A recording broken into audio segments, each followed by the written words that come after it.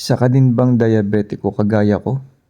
Makinig ka sa sasabihin ko dahil ito ay totoo. Magkaroon ng kaalaman kung paano pababain ang blood sugar sa katawan. Diabetes Episode 2.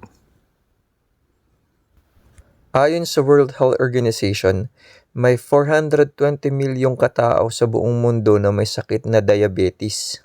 At isa ako sa mga may type 2 diabetes na gustong gumaling dito sa sakit na ito. Ang katanungan ng marami, maaari bang ma-reverse natin ang diabetes?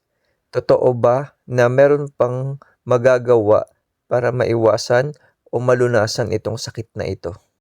Una, kailangan natin magdasal. Pangalawa, kailangan natin uminom ng sapat na tubig. Uminom ng hindi bababa sa 8 basong tubig araw-araw. Kumain ng pagkain na may mataas na protina, gaya ng baka, manok, baboy, at isda. Pwede naman nating idagdag dito ang itlog at butter. Huwag na huwag kakain ng artificial na sugar o mga sugar at pagkaing mataas ang glycemic index. Huwag na huwag.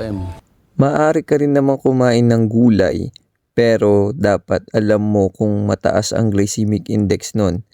Ngayon, ang gagawin natin, bibili ka ng glucometer para i-check kung tataas ba siya after 2 hours. Pag tumaas, ibig sabihin mataas at hindi para sa iyo. Nakadepende kasi yan sa katawan ng tao kung sakali na kaya ba niyang i-absorb yun o hindi. Pang-anim, magsaliksik at magtanong.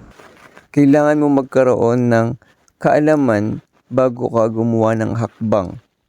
Kailangan mo ding magpakonsulta para makakuha ka ng laboratory para malaman mo kung papaano at kung ano na ba ang kondisyon ng FBS or HbA1c mo, or yung lipid profile, yung kidney profile, yung iyong liver profile, at yung iba pang CBC at electrolyte mo. So kailangan mong malaman yun para alam mo kung maganda ba yung ginagawa mo sa katawan mo. At syempre, kailangan mo din talagang mabusising gawin yan.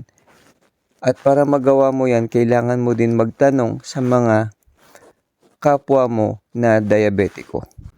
Panghuli, kailangan natin mag-ehersisyo at matulog ng 8 oras kada araw. Importante ito para matulungan natin na ma-burn lahat ng mga kinain natin para bumaba yung sugar level at magkaroon tayo ng sapat na oras para makapag-recover ang ating katawan.